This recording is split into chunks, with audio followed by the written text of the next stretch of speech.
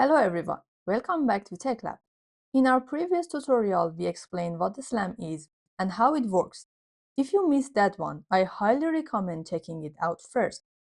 Now in this tutorial, we are going to explore the different types of SLAM and understand how each one is used in real-world applications, like robotics and self-driving cars. By the end of this video, you will clearly understand the main SLAM approaches and when to use each one. So let's dive in.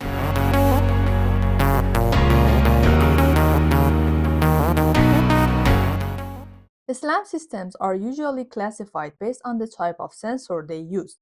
Different sensors give different kind of information, and that changes how the SLAM system works. So now let's take a closer look at the main types of SLAM based on the sensor behind them.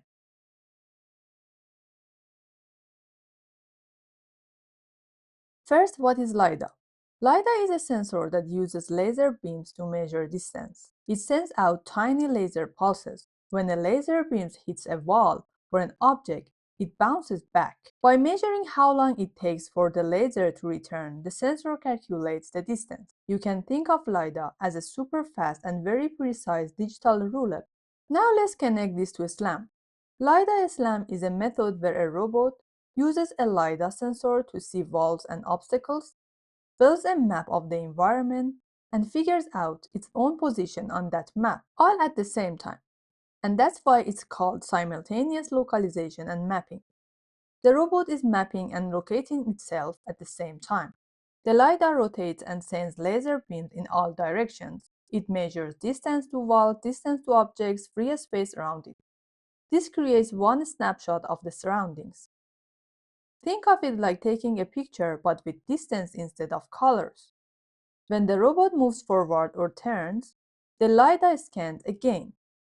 Now the system has the old scan and the new scan, two snapshots of the environment. Now the smart part happens. The SLAM system compares the previous scan with the current scan. It tries to align them correctly. If the walls look slightly shifted in the data, the system calculates how much the robot moved.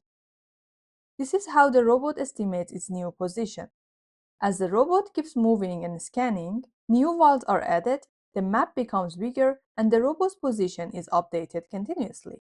Step by step, the map grows, and after some time, the robot builds a full map of the environment, while always knowing where it is.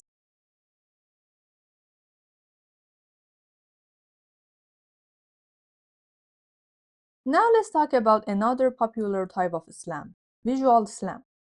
Visual SLAM is a type of SLAM that uses a camera instead of a laser sensor. So instead of measuring distance with laser beams, the robot understands the environment by analyzing images. First, the robot captures a picture of its surroundings. Inside that image, the system detects special points called features. Features can be corners, edges, or textured patterns. These points are important because they are easy to recognize again later. Think of it as landmarks inside the image. Now the robot moves a little. It takes a new image. The system searches for the same features in this image. If it finds them again, it knows those parts of the scan are the same. Now comes the smart part. If a feature appears to move inside the image, the system calculates how the camera must have moved.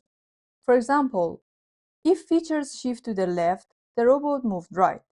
If features appear bigger, the robot moved closer. If features appear smaller, the robot moved further away. By analyzing how these features move between images, the robot estimates its motion. As the robot keeps moving, it keeps detecting and tracking features. It estimates its position, and it builds a map of those features in 3D space. Step by step, the map grows, and over time, a full map of the environment is created using only one camera.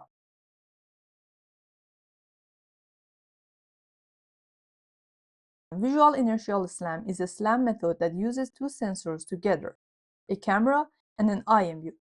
The camera sees the environment and the IMU measures movement. When we combine them, the robot can build a map, estimate its position, and stay more accurate and more stable, all at the same time. But what is IMU? An IMU is a small electronic sensor that measures motion. It measures acceleration, how fast you move forward or backward, angular velocity, how fast you rotate, and orientation changes, how your direction changes over time.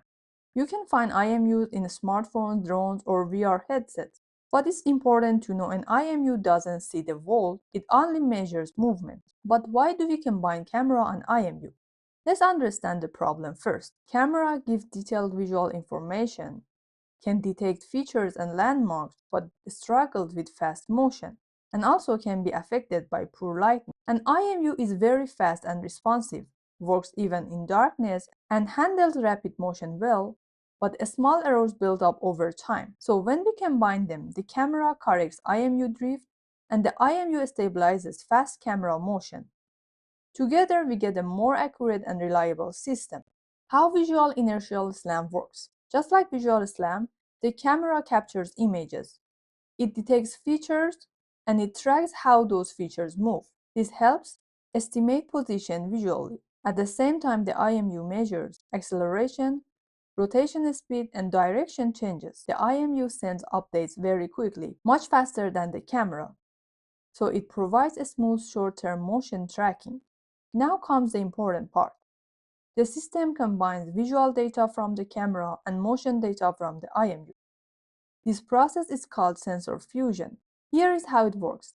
The IMU gives fast short-term motion estimates, and the camera corrects long-term errors.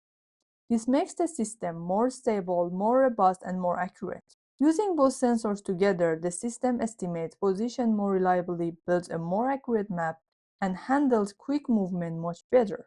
That's why Visual-Inertial SLAM is widely used in drones and mobile robots. Now that we have explained how each SLAM method works, let's compare them clearly and see when to use each one. We have three main approaches: LiDAR SLAM, Visual SLAM, and Visual-Inertial SLAM. Let's break it down in a simple and practical way. First, LiDAR SLAM. If your priority is accuracy and reliability, LiDAR SLAM is the strongest option. It performs very well indoors, it's not affected by lighting condition, and it produces very clean and precise map. However, LiDAR sensors can be expensive, and they only capture geometry, not colors or visual details. So LiDAR SLAM is perfect for warehouse robots, industrial systems, and environment where precision is critical. Next, Visual SLAM. This is the most affordable solution because it only uses a camera. It's lightweight, simple in hardware, and widely used in drones, mobile devices, and research projects.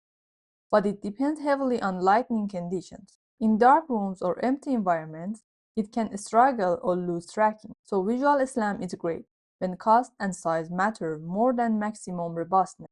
Now Visual-Inertial SLAM. This method combines a camera with an IMU. Compared to Visual SLAM alone, it's more stable and better at handling fast movement. It works well in drones and fast-moving robots. However, it's more complex and requires proper sensor calibration. You get better performance but at the cost of higher system complexity. In simple terms, if you want maximum accuracy and don't mind the cost, choose LiDAR SLAM. If you want a low-cost and lightweight system, choose Visual SLAM. If you need stability during fast motion, choose Visual-Inertial SLAM. The best choice always depends on your application, budget, and environment. And that's the key idea to remember. So today, we explored the main types of SLAM and compared how each one works. You now understand the differences between LiDAR SLAM, Visual SLAM, and Visual-Inertial SLAM and when to use each one. Remember, the best choice depends on your application and environment. Thanks for watching, and I will see you in the next tutorial.